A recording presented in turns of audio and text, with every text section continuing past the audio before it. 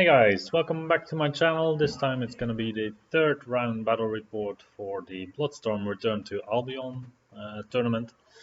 So this time my cultists are facing off against Saurian Ancients, and we play with the full 3000 point lists plus an extra giant. Yeah, so I just got all my lists together. I have just a bunch of cultists really. 2 units that can summon my demons, then 3 cult leaders who are all wizard adepts. Ritual Altar, that's a wizard adept. And then a unit of Possessed, that's a bit of a combat unit. Unit of Hoarders, I can summon somewhere with +1 to wound against scoring, and a Hope Harvester, which I'm finally able to use. And then my opponent was Saurian Ancients, and I thought he built quite some decent lists together, and also they combined quite well to form quite a good list. So at 3000 point games with 1000 point games mixed in, I think Game on Ancients are quite sturdy pieces because they have quite a decent armor save, they have an innate reroll 1-2 hit, and they have the strength 6. I believe they're strength 5 in profile with Albert, they get the strength 6. And you don't really have to buff them up that much to really make them good. And then he has a decent magic phase with just a wizard adept skink priest on a Skink Paladin with a Sun Tablet. So basically that's a Wizard Master in terms of the amount of spells you have, and then Shamanism has some more expensive spells, and he can take the number 5 and 6, I believe, through the Sun Tablet or the Skink Paladin. So he got quite a decent magic phase, to be honest.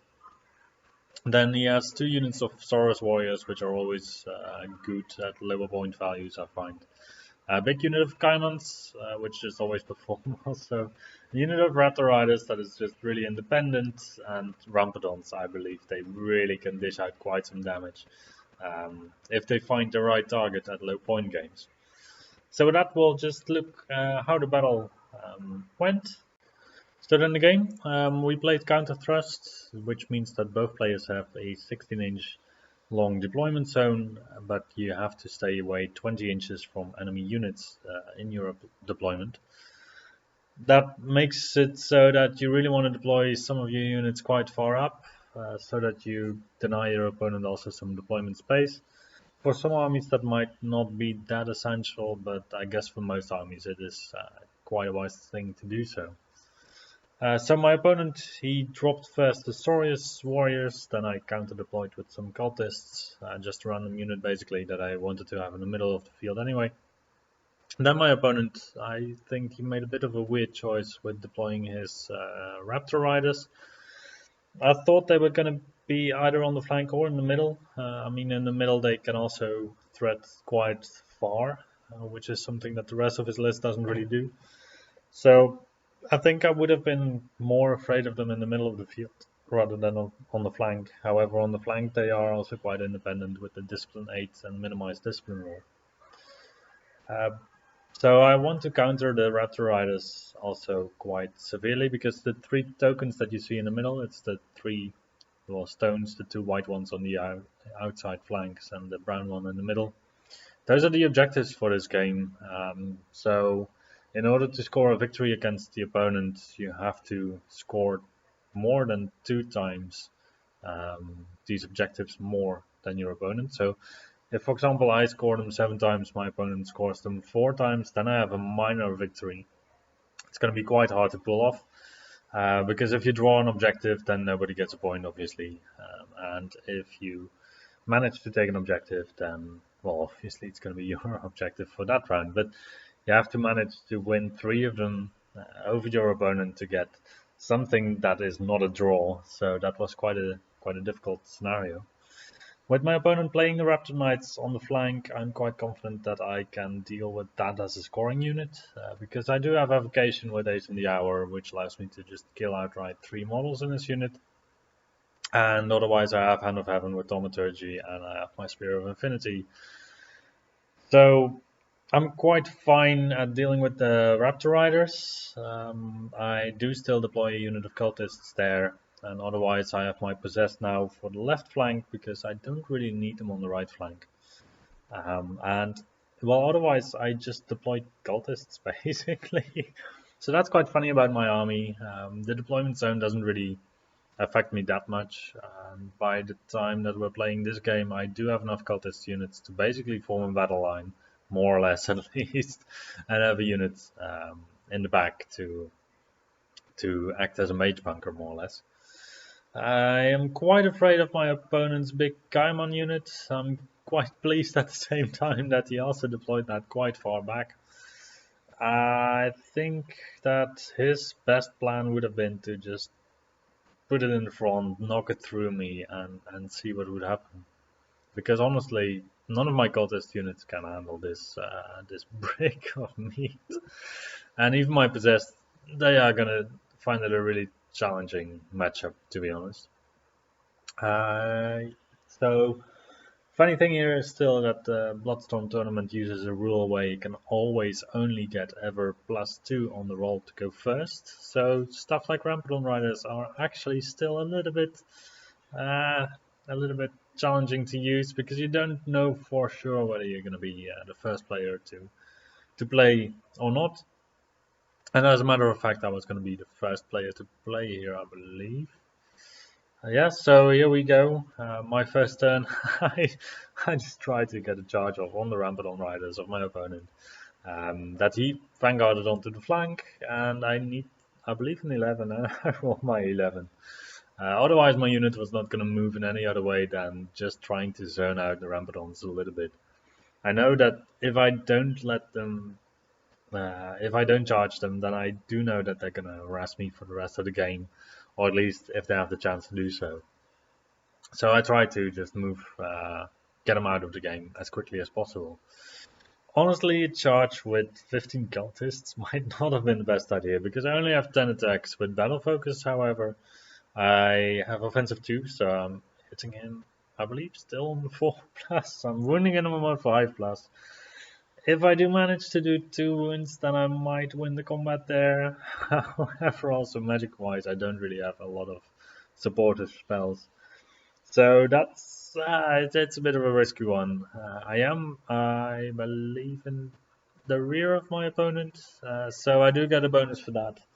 However, my opponent can still also discharge some damage on my cultists, and yeah, we'll see what will happen there. Otherwise, to the right side of my cultists that charge the Rampant Riders, I just advance up with my possessed unit. These guys are just going to hold that flank, and I'm quite confident that they will be able to do so.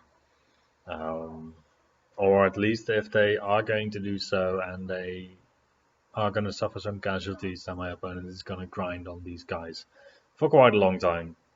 I play them now with Chitinous Scales. Not overly convinced on this, to be honest, because there's still a lot of things with AP2. So yeah, the price you pay to get 2 extra armor to go to a 4 armor save, which usually becomes like a 6-up, doesn't really make that much of a difference. Or at least it doesn't make a difference against the troops that would already go through the possessed anyway. Because any unit that would already struggle with the possessed, they would also struggle regardless of whether you have Chitinous Scales or not. What otherwise happened? Yeah, I have my giant on the right flank, and my opponent counter deployed with some Chameleon Skinks. I decide that I don't want to get my giant involved against the Chameleon Skinks because they have +1 to hit against gigantic models, and they have poison, so they're gonna be able to snip off a couple of wounds each turn. I don't want that. I might as well just keep my giant one turn. I draw him away from the place where I think my opponent is going to turn in with his Raptor Riders. And I am quite lucky to find that my opponent actually wheels him in so far that I can just pop out the giant the next turn if I would want to, and then threaten the flank of my opponent's Raptor Riders. My opponent's giant is just next to the Raptor Riders, as you can see. So that's going to be the prime target for me this game, just to try to get rid of my opponent's giant. This is my first turn of my opponent, and as you can see, his Kaimans don't really progress forward that much. I think that's a bit of a mistake because basically they could have just taken the field and at least get into scoring distance of the main objectives of the main objective in the middle. What I didn't discuss yet is the combat on the left side against Ramprodons. Well, that went horribly, horribly wrong. So the only positive aspect there is that I still have one or two cultists left that keep my opponent's Ramprodons in place. And in this way, I do have a little bit of a plan against them because they do still have Frenzy. I do still have my Hope Harvester ready to deploy. And my opponent, he selected, I believe, just 2 units of cultists or a unit of cultists and the possessed as his targets for the Ramprodons. I do manage to knock out one of the Ramprodons. My opponent turns them around, and normally they would be quite a challenge to deal with.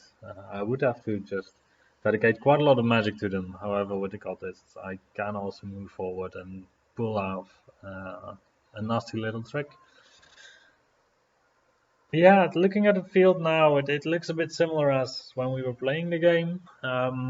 Me with the cultists, I'm now quite used to trying to delay my opponent so I get very efficient magic phases, especially in this format where we have to just take care of the enemy giant basically. So I do have the magic to focus on my opponent's giant. I do have the tools still to basically chaff up my opponent and just delay him for an extra magic phase. That is my goal here. So I put some sirens in the list. I don't think they were necessarily the right choice because in the end I didn't really use them for the faint flight. I just mostly used them as chaff and then they died. So they never got to make use of their faint flight at all. So maybe I would have been better off even with some core troops or some other more fighty demons. However, just a very small unit of demons, it is nice to be able to just summon some chaff somewhere on the board, and chaff that is just completely immune to any range damage before they are being summoned on the table. So that is a really strong aspect, I believe, of the cultist. And once again, throwing a couple of dice at Hasten the Hour on my opponent's Raptor Riders just to get them away. Throwing 1 dice or 2 dice at Pentagram of Pain to get rid of the Comedian's Kings, and I just managed to just remove all of them in one shot. So that was really, really lucky. And then I believe I did get also a Spear of Infinity through, and I got either 1 or 2 wounds on the enemy giant.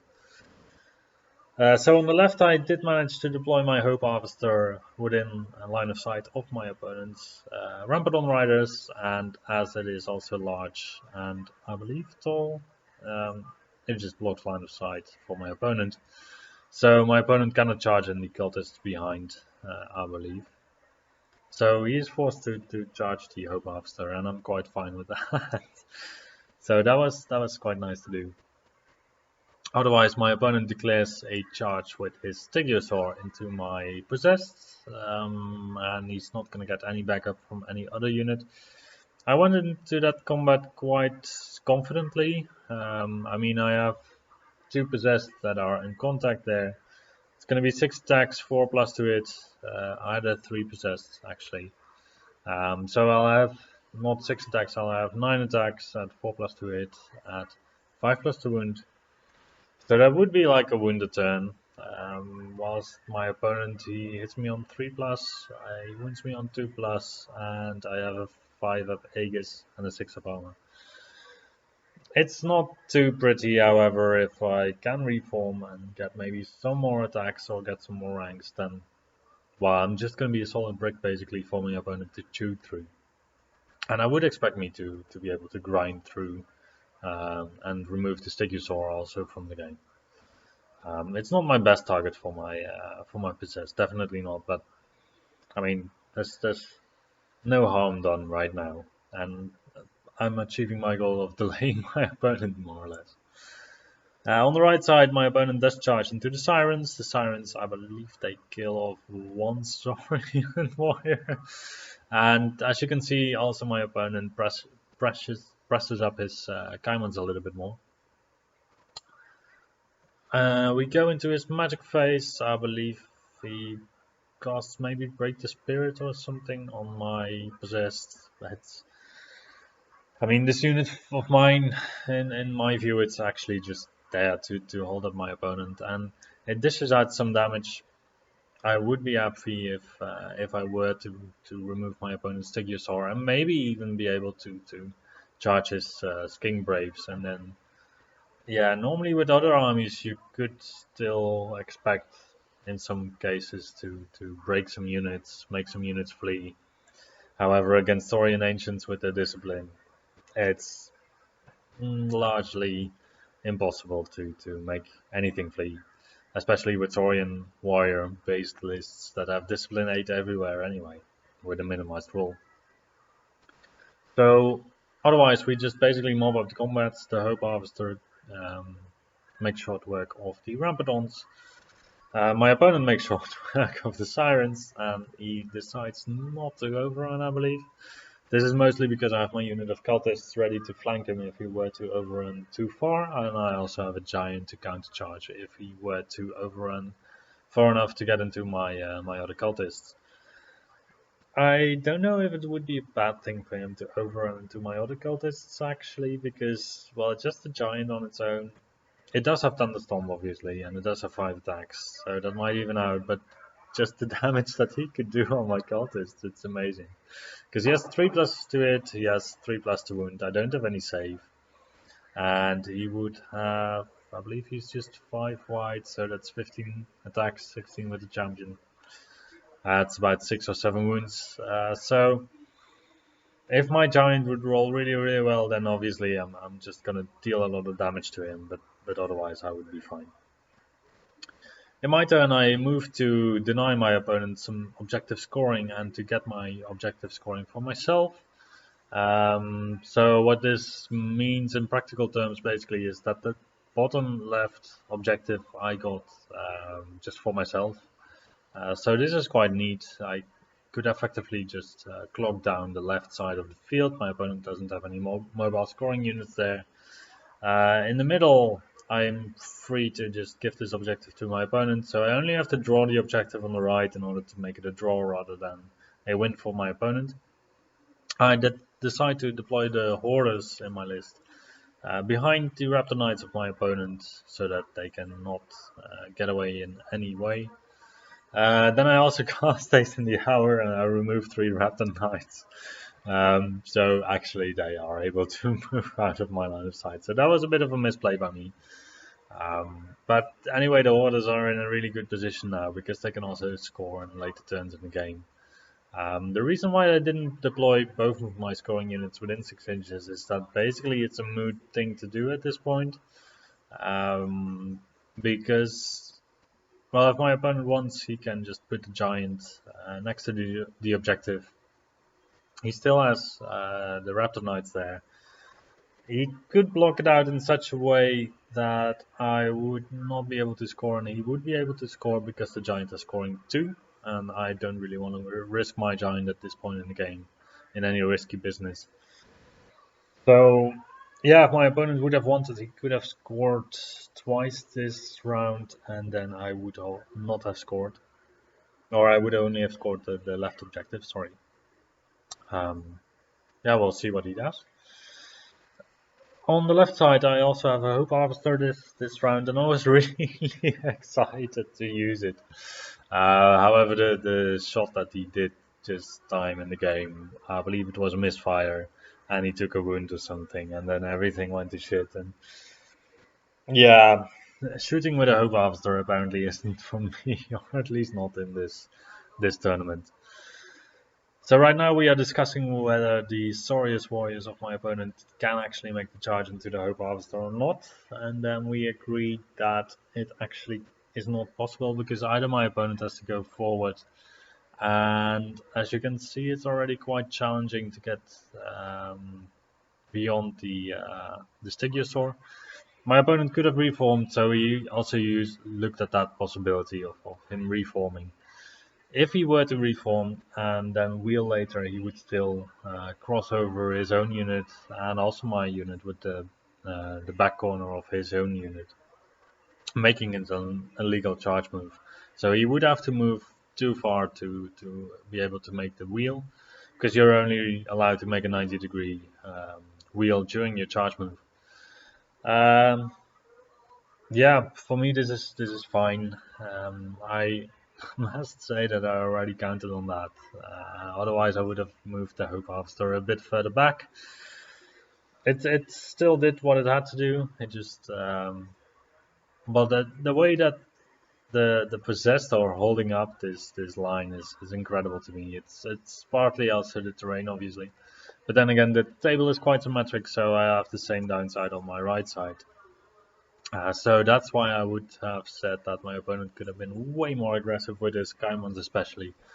Also with his Raptor Knights, I think, because well, my cultists, I can charge into some Raptor Knights, but I'm gonna have 10 attacks that hit on a 4 plus once again.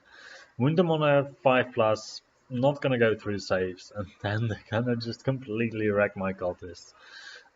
So I think for my opponent it would have been way better to put the Saurus Knights on the place where the Saurus Warriors are now on the right side of the center, the Kaimans next to them, and first turn just march up fully as far as possible.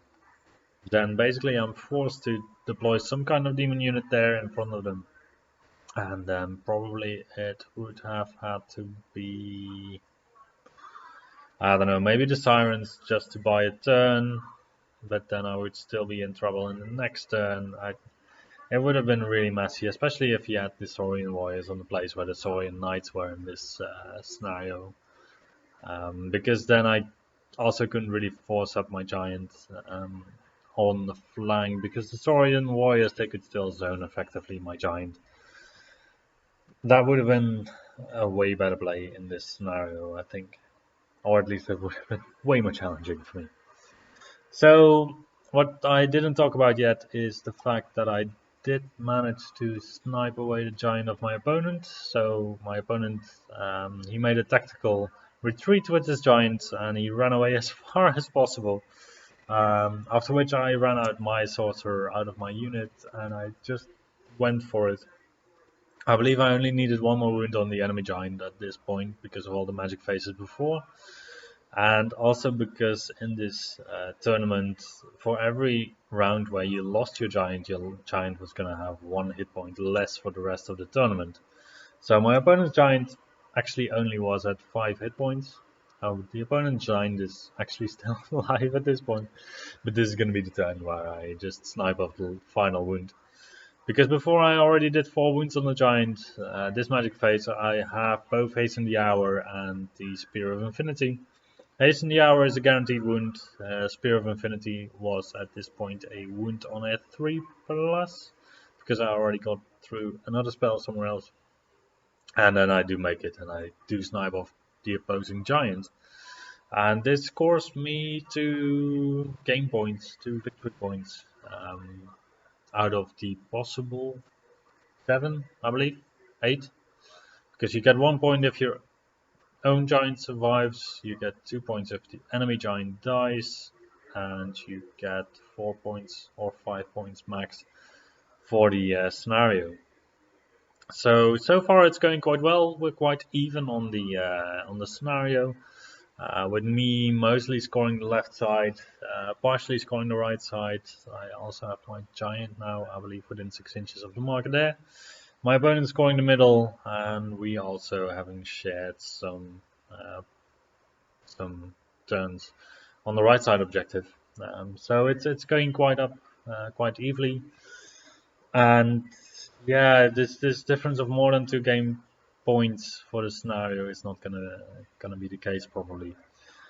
I'm gonna be able to save my giant because he still has 6 hit points left, as he only died once in the entire tournament so far. I still have my Hoarders and my unit of cultists on the right to protect my giant, basically. I'm just not going to go in with my giant at all in anything anymore. I'd rather have my single scenario point than my single victory point rather than the chance of deleting a unit from the field, because we're already in turn 4 or 5. I don't think there's going to be a big difference between me killing off a unit of King Braves or not killing off a unit of King Braves. In an ideal situation, I could still deal with a unit of Saurian warriors. I could charge in the hordes on the Saurian warriors and the giant, and then possibly go through. And then I would end up in the middle of the table, and then I would have to face some Gaimons probably. Not really too excited about that with my giant.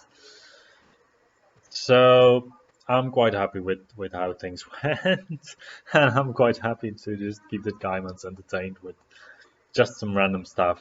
Basically, just bodies that I still have at this moment. But I do manage quite well, I would say. And I also do notice that my cultist blocks, once they do engage with the Saurian warriors and the Gaimons, they just vaporize as if it's nothing. Um, there's really not a lot I can do with these cultists combat wise against these this sheer amount of power of my opponent. So on the left side, the Hope Harvester is actually doing quite well against my opponent's Stigiosaur and the Saurian Warriors. It's a large beast. It has 4 or 5 attacks at strength 6, I believe. Yeah, it's munching some Saurian Warriors and it's having a good time doing so. And I believe the Stigiosaur also didn't really perform this turn. I was quite happy about that because this also saves me yet another scenario point, and it also saves my unit of cultists on the left, including a wizard. And then here's the turn where I charge in with my hoarders because they could make the charge um, around my giant, and then my giant he just runs away basically. The only thing I didn't remember was the fact that, oh well, I did remember for the entire game. I just didn't remember for this round in terms of the placement of the giant. Every single turn of the game, I have to roll for my giant a discipline check, and if I fail it, I deduct the amount of wounds that he has already gotten. If I fail it, then he's going to be frenzied for the rest of the game because it's a Demon Legion possessed giant from the supplement book. And well, scenario-wise, it's quite good to not have a giant that is frenzy and facing your opponent. So this was definitely a tactical mistake in that regard. Yeah, my opponent is able to reform his Saurian warriors, and I don't remember exactly what he decides. I believe he wants to get both the Stegiosaur and the Saurian warriors into my cultists on the left side. I don't think that's really possible, to be honest. But well, it's the end of the game. It doesn't really matter what if it's only the Saurian warriors or both of them getting in. So I just let him reform quite freely, and then in the last turn of the game, I believe he just charges in and completely wrecks my last unit of cultists. Or it's not even the last. I still have a unit of cultists on the right. So the cultist legacy will remain, of course. I think in the end, it's mostly just my giant who's going to just walk away from this battle quite happy. Because scenario-wise, I'm still doing quite okay. We're gonna draw on the scenario eventually. My opponent's giant is dead. My giant survived. So basically, the cultists did what they needed to do, and the game ends in a 5-2 to me. Even though I have practically nothing left on the field, and my opponent still has a bus of Gaimons that's just gonna slaughter everything that they would still be able to encounter for the rest of their journey through the haunted lands where they find themselves in. Yeah, I think it was a really cool game. I would like to thank my opponent for a really enjoyable game as well. I hope you liked watching at the game, and well, as before, I'll see you the next time.